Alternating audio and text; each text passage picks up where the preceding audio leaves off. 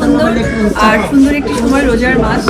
আর এটা যেহেতু একটা আমি বলবো লাইফস্টাইল, কারণ আমরা সব সময় ঈদ আসলে যে আনন্দর আমেজটা খুঁজে পাই নতুন নতুন, সেটা হচ্ছে অবশ্যই সুন্দর কাপড় পরে নতুন শাড়ি পরে, আর পাশাপাশি উনি একটা নতুন সংযোজন করেছেন আমি দেখলাম এবং আপনারাও দেখলেন। সেটি হচ্ছে যে এরকম শাড়ি লেহেঙ্গা সবকিছুর সাথে কিন্তু একটা ব্রাইডাল স্টুডিও দিয়েছে। এটা আমি কখনো দেখিনি, this is the first time. আমাকে যখন আপু বলছিলেন যে আপু সুন্দর এবং সুন্দরের আমি এরকম একটা ব্র্যান্ড ওপেনিং করবো, আমি বুঝে উঠতে পারছিলাম না যে মেক ওভারের সুন্দরের আবার ড্রেস, কারণ অনেক আগে থেকেই এই সুন্দরের মানে শোরুম বা আমরা সুন্দরের সাথে এর আগেও বেশ ওপেনিং করেছেন উনি উত্তরাতে, আরো একটা ব্রাঞ্চ আমি ছিলাম সেখানে, আরো অনেক আর্টিস্ট ছিলেন। তো সব থেকে বড় কথা যে শুভ সূচনা সুন্দরের জন্য অনেক শুভকামনা। রমজান এবং ঈদ, সেই ঈদের ভাগাভাগির জন্য মেয়েদের না প্রত্যেকটা মানুষেরই নতুন জামা, নতুন ভাবে নিজেকে শুরু করা, সৌন্দর্য সকলের সামনে তুলে ধরা, সবকিছু মিলে আসলে সুন্দরের আজকে শুভ উদ্বোধন।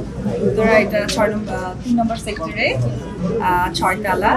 খুবই ভালো লাগলো এবং আপনারাও সেই ফুটেজগুলো নিয়েছেন এবং তাদের কালেকশন আসলে আমার কাছে মানে চোখ জুড়িয়ে যাচ্ছে। আমি কোনটা ভালো বলবো কোনটা মন্দ বলবো এটা বলা ভীষণ কঠিন।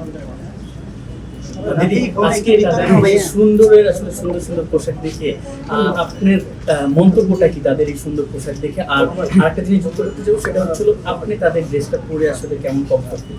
হ্যাঁ, প্রথমেই বলবো যে আসলে কমফোর্টেবল ব্যাপারটা সেটা সত্যি হচ্ছে যে এত দামি একটা ড্রেস কিন্তু অনেক সময় হয় কি এত ভারী হয়, তখন কিছুটা সময় পরার পর না আসলে ভালো লাগে না, করতে ইচ্ছে করে না, সেই শান্তির জায়গাটা থাকে না। তো আমার কাছে মনে হয়েছে যে আপু আমাকে যে লেহেঙ্গাটা দিয়েছে পরার জন্য, এক্সপোজ করার জন্য আপনাদের কাছে, এটা আমি আচ্ছা। তো বাই দ্য ওয়ে আপু যেটা বলছেন, উনি সুন্দরের ওনার আপু, সুন্দরী আপু আমাদের। তো উনি যেটা বলছিলেন যে ওনার কিন্তু সুন্দরের শাড়ি আপনারা প্রচুর দেখেছেন এখানে, বারিশা সবসময় লাইভ করে এবং লাবণী আপু সবসময় লাইভ করেন। তো সুন্দরের শাড়ি আমিও অনেক শুট করেছি, আপনারা দেখেছেন হয়তো ফেসবুকে বা সোশ্যাল মিডিয়াতে। এই ফার্স্ট টাইম উনি লেহেঙ্গা আসলে নতুনভাবে লঞ্চ করেছে, যেটা আমি পরেছি। আমি এটার মধ্যে যে ভাইয়া প্রশ্ন করলেন আমি সে উত্তরটা দিই, এত কমফোর্টেবল, একদম লাইট ওয়েট। বিশেষ করে ব্রাইডাল যারা বউ সাজে, আমার কাছে মনে হয় যতটুকু আমরা ব্রাইডাল শ্যুট করি আমরা ফিল করতে পারি যে একটা ব্রাইড সময়টা আসলে কি পরিমাণ খারাপ লাগে। তো সেই সময় যেটা হয় যে ভারী শাড়িটা বা ভারী লেহেঙ্গাটা পরে বেশি সময় থাকা যায় না, আবার নিজের সৌন্দর্য মেনটেন করতে হয়।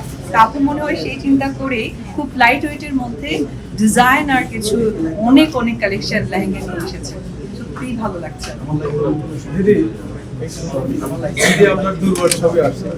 আমরা সুন্দর নিয়ে কথা বলতে চাই কারণ আপনাদের উপস্থিতি আসলে অনেকদিন পর আমি ওপেনিং এ এসেছি। তো আমার কাছে মনে হয় যে ওপেনিং এ অনেক কথা আপনাদেরও আটকে আছে, আমারও আটকে আছে, সেগুলো নিয়ে আমরা প্রশ্ন করি, আমি উত্তর দিতে কমফোর্টেবল। আচ্ছা আপু, আপনি যদি পাঁচটা ফিরে যেতে পারতেন আপনার বিয়ের সময়, হ্যাঁ, তাহলে এখান থেকে কোন শাড়িটা আপনি নিয়ে যেতেন পরার জন্য, বিয়ের জন্য?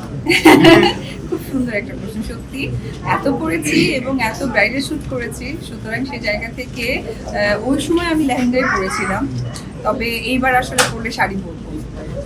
কোন কালারের শাড়ি? আমি সবসময় পছন্দ করি যে মানে খুব লাইট কালারের মধ্যে খুব ভালো লাগে। লালটা তো সবাই পরে থাকে, যদিও আমার লাল শাড়ি সিনেমা ছিল ওই সময় লাল শাড়ি প্রচুর পরেছি, বাট আসলে এটা ডিপেন্ড করে ভালো লাগার। আচ্ছা আপু, জীবনে প্রথম কোন কালারের শাড়ি পরেছেন? লাল শাড়ি পরেছি।